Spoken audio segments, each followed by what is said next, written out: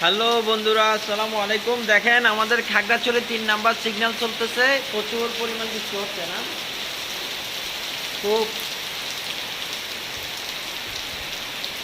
আর কোথায় কোথায় বৃষ্টি হচ্ছে আজকে অবশ্যই আপনারা কমেন্টে জানিয়ে দিবেন। ক্যামেরা আমার কাছে, আমার এটা ক্যামেরা ঠিক আছে না?